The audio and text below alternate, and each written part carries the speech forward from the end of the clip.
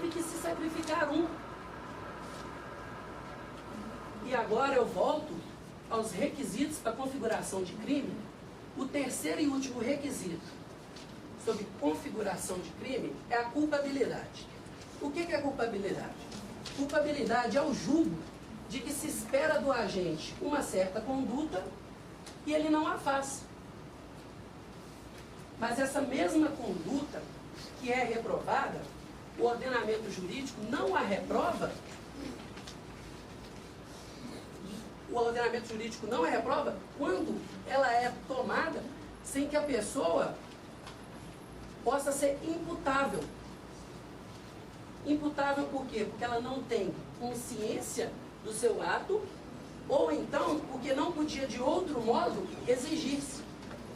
Senhores, não podia exigir que eles tivessem outra atitude naquele momento, com tudo que já foi exposto, porque senão todos morreriam. Salvaram-se 4 vidas, senhores, naquele momento. Se eles não tomassem aquela atitude, todos morreriam.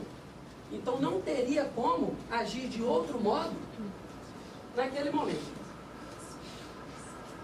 O doutrinador Rogério Krekel deixa claro que no tribunal, órgão criado para julgar os crimes dolosos contra a vida, o artigo 5º da Constituição Federal fala que se não for levantado o requisito ou a pergunta sobre a inexigibilidade de conduta diversa, estará havendo naquele momento cerceamento de defesa. Senhores, não podemos cercear a defesa daqueles 4 homens. E a pergunta que os faço é que, de acordo com os autos, eles estavam sem vegetação na caverna, não tinha animal, não tinha nenhuma maneira de eles se alimentarem. Era possível exigir diferente? Vocês teriam uma atitude diferente? Claro que não! Por favor, tem manifestação. Com certeza vocês não agiriam diferente? Pois aquela situação que eles passavam ali naquele momento, e digo mais, se esse tribunal condenar esses homens, estará infringindo a lei. Foi a lei que instituiu esse tribunal e deu a ele poder para julgar os crimes dolosos contra a vida. E a lei também diz que não há crime, pois a inexigibilidade de conduta diversa tira a culpabilidade do agente.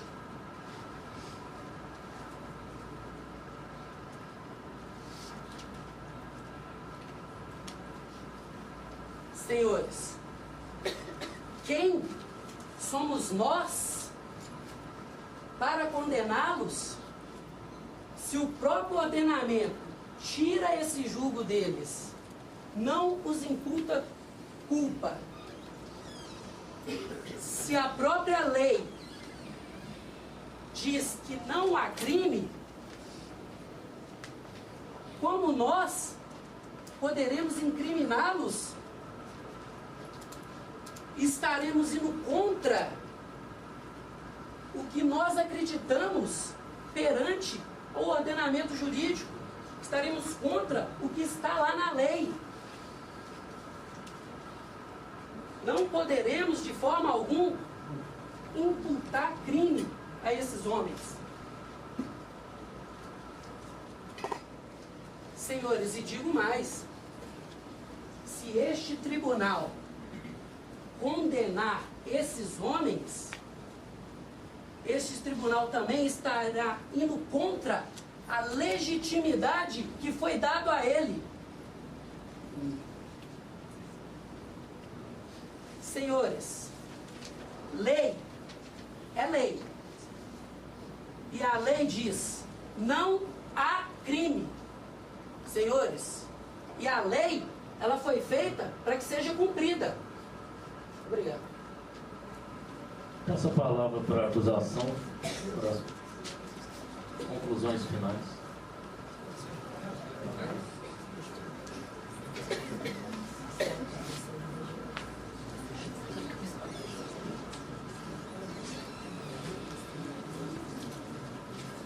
Bom dia, caros colegas, bom dia, ministro.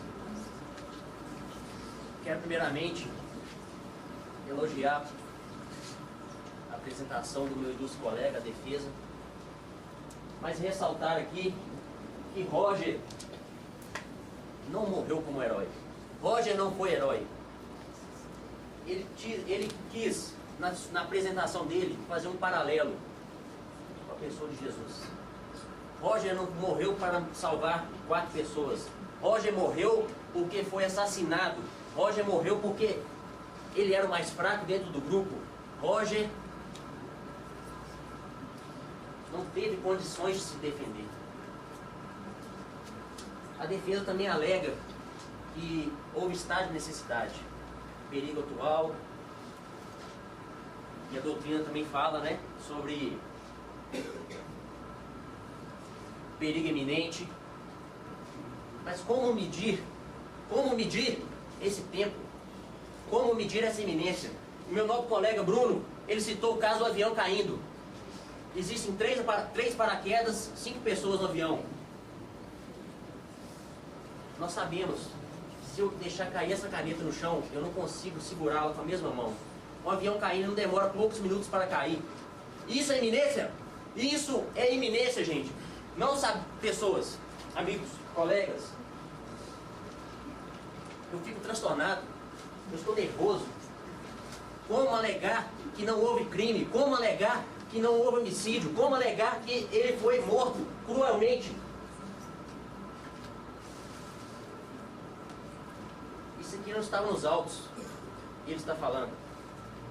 Mas isso aqui é uma ferramenta de exploradores de caverna. Corda, machadinha, ponteiro, mosquetão, tudo. Isso aqui é coisas típicas de exploradores de caverna. Roger foi assassinado, gente. Roger foi assassinado. Meu ilustre colega também falou que ele foi um herói. A família precisa de herói? Eu pergunto para vocês, a sua família precisa de herói? Senhores jurados, sua família precisa de um herói? A sua família precisa, ou não precisa de um pai, de um chefe de família, uma pessoa séria, que tinha responsabilidades, que tinha condição de manter a sua família com pulso firme? Roger não foi herói, porque na hora o herói, ele se predispõe a fazer a atitude, o ato. Ele propôs realmente esse contrato, mas esse contrato é ilícito. A vida não pode ser contratada. E no momento que ele desistiu, no momento que ele pensou em não participar desse contrato, mesmo que ilegal, esses 4 companheiros, esses 4 amigos, né? Amigos, eles teriam que ter respeitado a decisão dele. Eles teriam que ter respeitado a decisão de Roger. Fizesse o contrato entre os 4. Por que eles não fizeram entre eles? Por que pegaram os dados e jogaram contra a vontade de Roger? Por quê? Porque ele era o mais fraco. Às vezes ele era até mais... tinha mais carne, né? A gente pode imaginar. Tinha mais alimento. Há uma indignação, gente. Como matar uma pessoa dessa maneira? O pior, coincidência ou não, ontem eu estive num velório aqui no cemitério da Paz. Todo mundo lá esperando a pessoa morrer. Uma mãe, 49 anos, morreu de câncer, deixou uma filha, um marido. E quando eu cheguei lá, o corpo não ainda estava. Todo mundo conversando. Cadê o corpo de Roger? Cadê o velório? Cadê o enterro decente? Como? Foi morto, comido.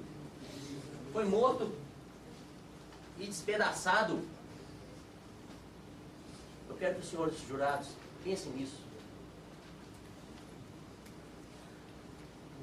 ele foi mesmo um herói?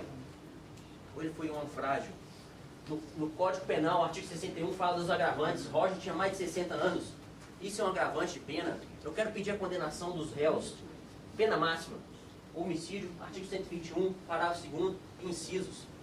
Artigo 29, concurso de pessoas. Houve o concurso de pessoas. Existiu realmente uma covardia dentro daquela caverna.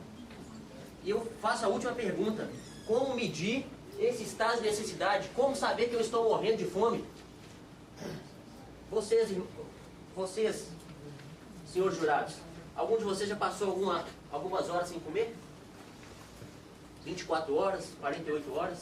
Como saber que eu estou desfalecendo e as minhas últimas forças? Quantas pessoas a gente vê na rua, dormindo, com fome, e eles levantam no outro dia e conseguem caminhar, e conseguem resolver as coisas, pedir uma esmola, trabalhar, fazer um serviço, um bico? Não tem como medir essa condição de estado de necessidade. Como acreditar que ele foi morto e que eles iriam morrer no dia seguinte? O nobre colega falou que eles já tinham, quando eles perguntaram para o médico, eles já não tinham mais comida. Mas como saber se eles iam morrer amanhã, daqui 2 dias, daqui 1 hora, daqui 3 horas? Houve o sorteio.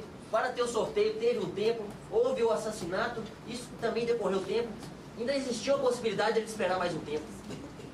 E outro detalhe, quando eles saíram da caverna, nós vemos nos autos aqui, ó, que existia bateria no rádio. Eles ainda tinham comunicação com o exterior da caverna. Então eles poderiam ter consultado mais pessoas.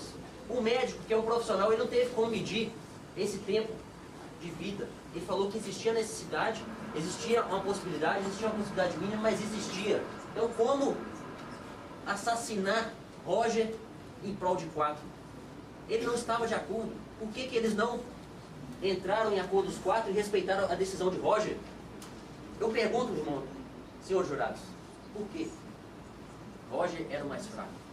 Houve concurso de pessoas, um agravante de pena, artigo 61, e eu peço a condenação dos réus. Eles vão ter a chance deles de se reconciliarem com Deus também, pedir perdão, de pedir perdão a Deus, de reconciliar-se com a família deles, porque como um filho dele vai pensar, meu pai é um assassino, ele ainda tem que trilhar um caminho longo, mas eles têm a chance de trilhar esse caminho. Roger não tem a chance de trilhar esse caminho. Roger não tem. Roger está morto. Roger foi enterrado, não foi nem enterrado, Roger foi comido. Roger não foi, Roger morreu, gente.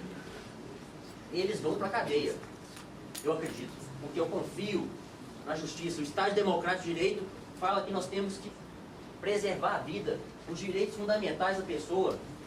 Como acreditar no tribunal se esse tribunal não condenar esses réus? Como acreditar na lei? Amanhã ou depois, qualquer situação de prisão, de desmoronamento, vai acontecer. Canibalismo. A foto aqui mostra quantas milhões de pessoas no mundo hoje estão passando fome. Essa foto, ontem eu vi essa foto pela primeira vez, nunca tinha visto. Fiquei consternado, gente. A gente às vezes deixa comida no prato, às vezes deixa de ajudar o próximo, mas tem milhões de pessoas passando fome e não existe caso nenhum de canibalismo. Roger foi morto por ser a parte mais fraca. Eu acredito na condenação dos réus e eu peço que os senhores jurados pensem nisso. Ele era o mais fraco.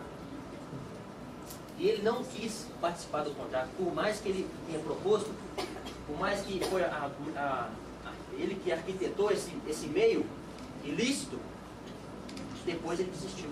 Ele tem o direito de desistir. Ele tinha. E eles não respeitaram esse direito. Eles não respeitaram.